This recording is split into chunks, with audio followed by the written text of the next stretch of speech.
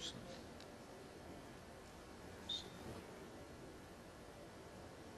Yeah.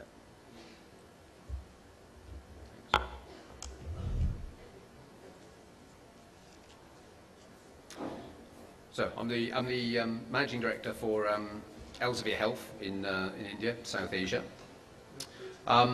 What does Elsevier do? Well, we're a global leader in the development and dissemination of scientific knowledge and medical knowledge.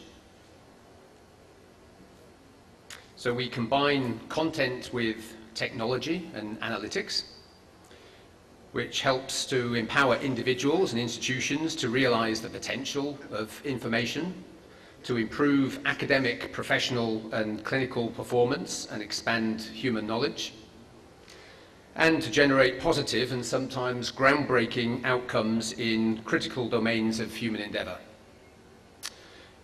But it all starts with the people. So in Elsevier, we have 7,000 employees in over 150 offices worldwide, and together we're producing content that serves 30 million scientists, students, educators, and health information professionals. Some of our products and brands that you may recognize are The Lancet, Science Direct, our research platform, Clinical Key, Scopus, Nursing Skills, Clinical Learning, MyPGME, Gray's Anatomy, and Netters. So today, while the world offers about 1.5 doctors on average for every 1,000 individuals, India is providing only 0.5 or 0.6 doctors for every 1,000 individuals. Due to the unfavorable doctor-patient ratio, the stress on the healthcare system is overwhelming.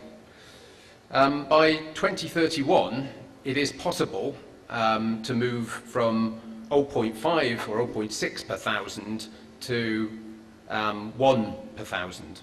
That will require, obviously, an almost doubling or more than doubling, given the growth in the population of the number of doctors.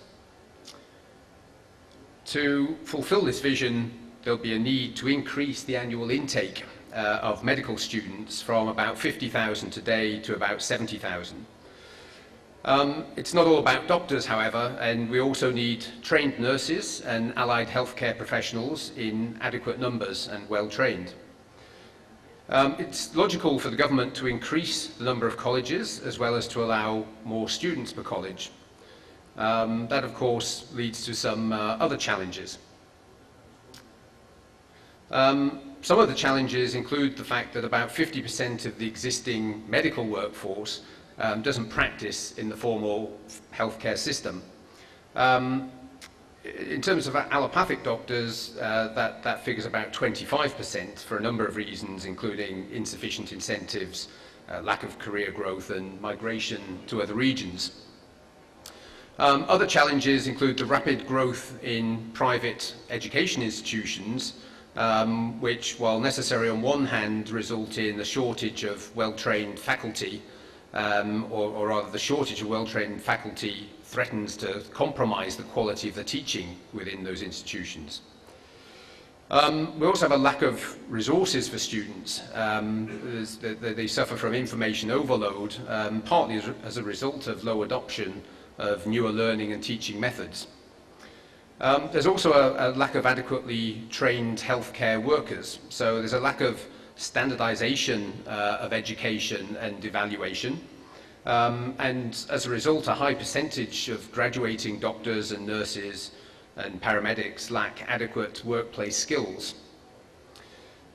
There's also a lack of focus on continuing education and professional development, CEPD. CEPD is neither mandated nor is it part of the professional culture.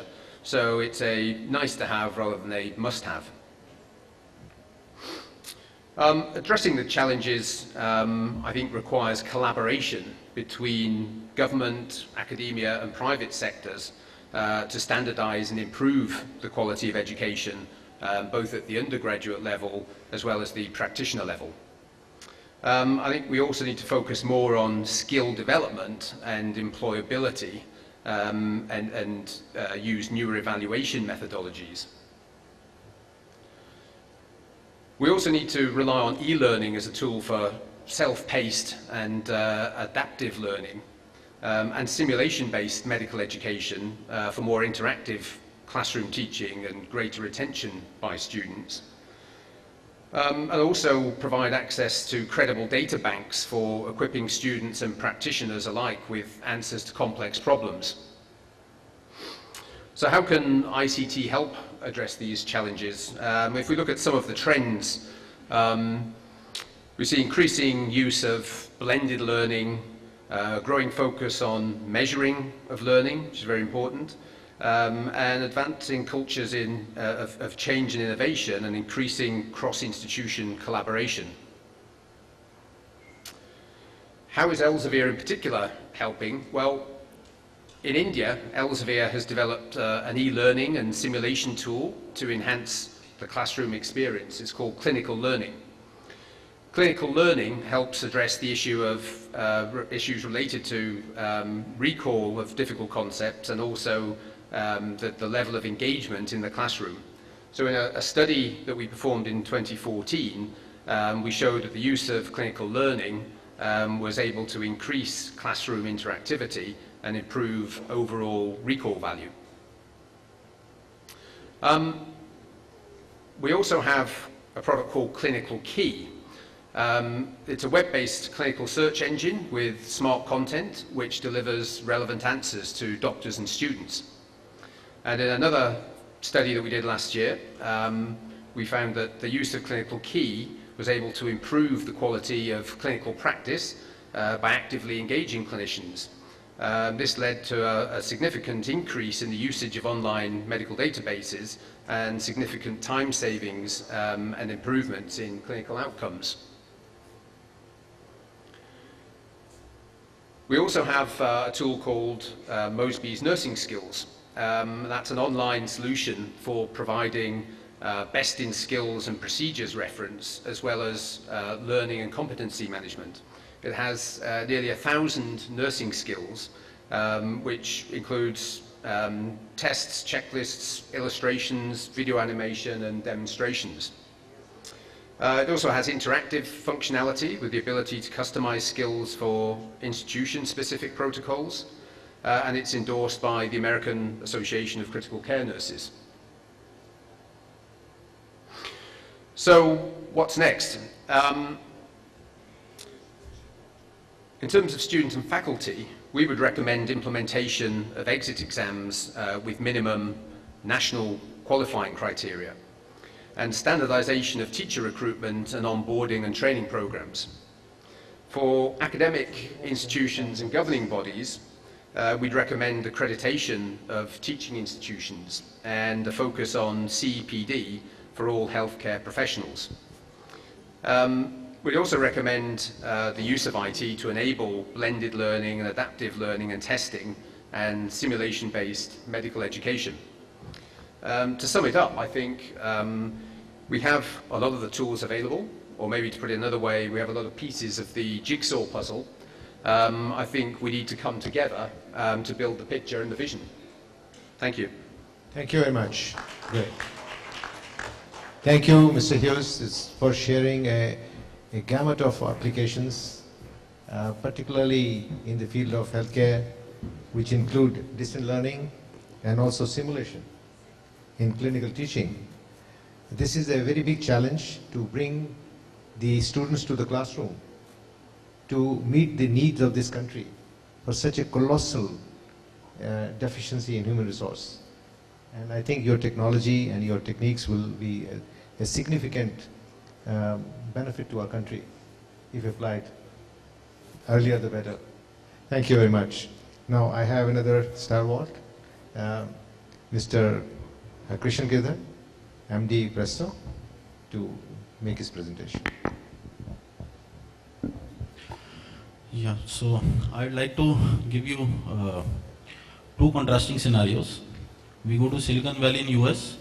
We find that in most of the top IT companies, we have almost 15 to 20% of the core R&D engineers who are from India. So they are doing wonders there. any Silicon Valley company who thinks of opening up an office outside US, they think of Silicon Valley of India, which is Bangalore. And that becomes the second worldwide headquarters for them. Another statistics which was published by NSDC, National Skill Development Council, last month, that in India, the per person GDP earning is 10% of what a person earns in US. It is much less than any of the BRIC countries. Brazil, it is 70% above us. China is 80% above us. Russia is also 50% above us. So one thing is that Indians have huge talent, huge aptitude, so there is no issues in terms of the talent available with the Indians. But in India, we are not providing the right kind of skill upgradation to those particular professions. Now that is something which needs to be bridged. And as Dr. Gupta mentioned, that it's a jigsaw puzzle. And we need to figure out a solution for that. Last month, 1st of July, our Prime Minister inaugurated Digital India Week. On 15th of July, he inaugurated Skills India. If we are somehow able to connect these two particular things, I think we have a solution. Now what Digital India talks about, it talks about investing 1.2 lakh crores into skilling up the entire IT infrastructure. The first phase itself, which is the National Optical Fiber Network, talks about reaching up to 2.5 lakh gram panchayats. 2.5 lakh gram panchayats having a fiber, and that too they are talking of 96 cores. 2 cores are good enough to take 1 gigabit of traffic. So the kind of the capacity which gets created is going to be humongous. Now once the fiber reaches at the gram panchayat, what are we going to do about that particular bandwidth? That bandwidth has only 3 applications as per my understanding. One is education, second is health, and third is entertainment. I can't think of any fourth application apart from the regular e-governance applications which doesn't need too much of bandwidth. So we have a solution that now we have a bandwidth which is available. Now what next? We need to create the content. In content, come back to the skill development thing. National Skill Development Corporation has empaneled 200 partners to give the skills training across domains, out of which I told there are 14 to 15 partners who are working on the health trainings itself. Now training is required at each and every nook and corner, that's a fact, at whatever levels we have to train. Today as a MD of the company, I have to recruit a sales guy, I don't get a sales guy. I want to recruit a technical guy, there is no skilled technical guy available. I want to recruit a finance guy is not available. And that too we are talking of a city like Delhi.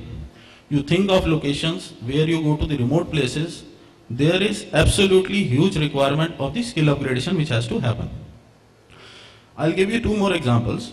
One is that I went to Mussoorie last year, so I was on the Mall Road. There I saw one board of one of the premier institutes. I'm not publicizing any name, but that was for Akash. For IIT and medical training, come to Dehradun Center. Now a student who is willing to pay 2 lakh rupees for 2-year course, he has to move from Mussoorie to Dehradun, which is 1.5 hour distance, so as to, even after paying that particular thing, 3 hours of up and down every day during his 11th and 12th days. 11th and 12th, which is the most peak hour in terms of the school pressure, the entrance pressure, he has to spend 3 to 4 hours just traveling to Mussoorie and Dehradun.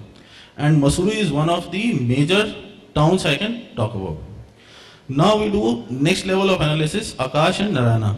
They have got 60 to 70 centers across India, but across only 25 to 26 cities. 25 to 26 cities means we have not even covered all the states. Leave the tier 2 and tier 3 or tier 4 cities.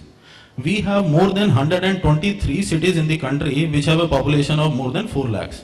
This is as per the census of 2011, which should have reached up to 4.5 lakhs or something like that right now. Now till the time we reach those particular locations, we can't take our country to the next level. So that is something we need to enable. So in case we are able to, I would say, connect these 200 training partners of Skill India and maybe many more which are coming up to this backbone which is getting created so that the content and the training gets developed. Now coming on to the e-health initiative, there are a lot of ways in terms of delivering the education over the IT infrastructure. One is that creating the CVTs, putting on the website, and we have a lot of, I would say, website companies which are coming with content. But what I have personally seen as my experience in last 20 years in the industry, Indian student is more used to a instructor-led training. Indian companies prepare a lot of CVT stuff they are great success in US and the developed world. In India, no one wants to go through that. Our mindset of Indians is till the time we see the instructor, we work in a group, they don't go through that particular thing. There are a lot of, I would say at the school level, we see a lot of websites like Khan Academy, Merit Nation. You subscribe to your kids for that. They'll start working for 1 month, 1.5 months. After that, they don't even open those particular sites. It is not that the content is not there. It's the mindset of the people. So we need to have some interactivity which has to be built up so that the student is able to feel that they are still working in a group. At the same time, they are able to use this particular infrastructure. Tele-education could be one of the places where setting up one sort of a tele-education center in these 250,000 locations, and this is just the first phase. Next phase, putting together, it will become 6 lakh location. So that is something which we need to work upon, and I am sure that various ministries and government is going to connect these two particular things. Thank you. Thank you very much for sharing a very, very critical issue of multi-tenant IT backbone for the country. And also use a very important word called scalable. Whatever we do should be scalable. I think it's a fundamental need today.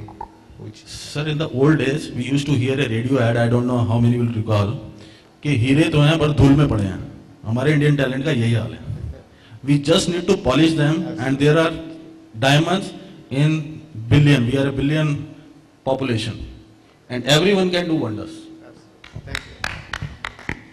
Now I'd like to invite our Dr. Sandeep Bala for his presentation. Thank you.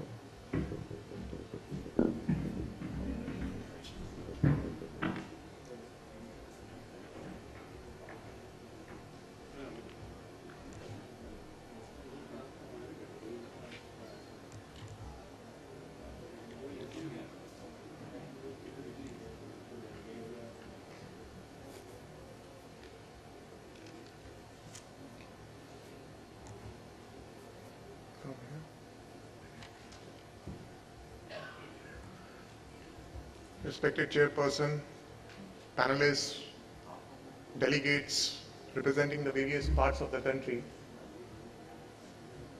I'm going to give you the overview about what PHFI has created to scale up the activities in the field of capacity building for the primary care physicians in such a way that it has become a role model now in the country, and the globally people are looking into this.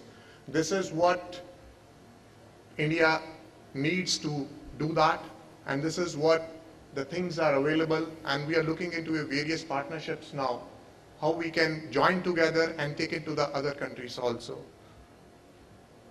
As you all know, I'm representing Public Health Foundation of India, and this is an organization which has been set up by 14 former Prime Minister of India to build the capacity in the field of public health. It's a purely public-private partnership model.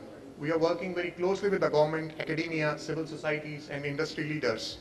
Why I'm saying all these things? Because chairman of PHFI is none other than but Mr. Narayan Murthy. We have people like Dr. Amritya Sen, Dr. Raghunath, Dr. Peter Pyatt. They are the people who are representing the strong board of PHFI, and we are having, our president is none other than but Dr. K. Srinath Reddy. We are strongly into education, training, research, affordable health technologies, communication, advocacies, and policy development. Under the umbrella of PHFI, we are having Indian Institutes of Public Health, Delhi, Hyderabad, Bhubaneswar, Gandhinagar, and fifth one is in Shillong. How PHFI has created a model in the field of chronic conditions, because as you all know, chronic condition burden is more than 70% in the Indian disease itself.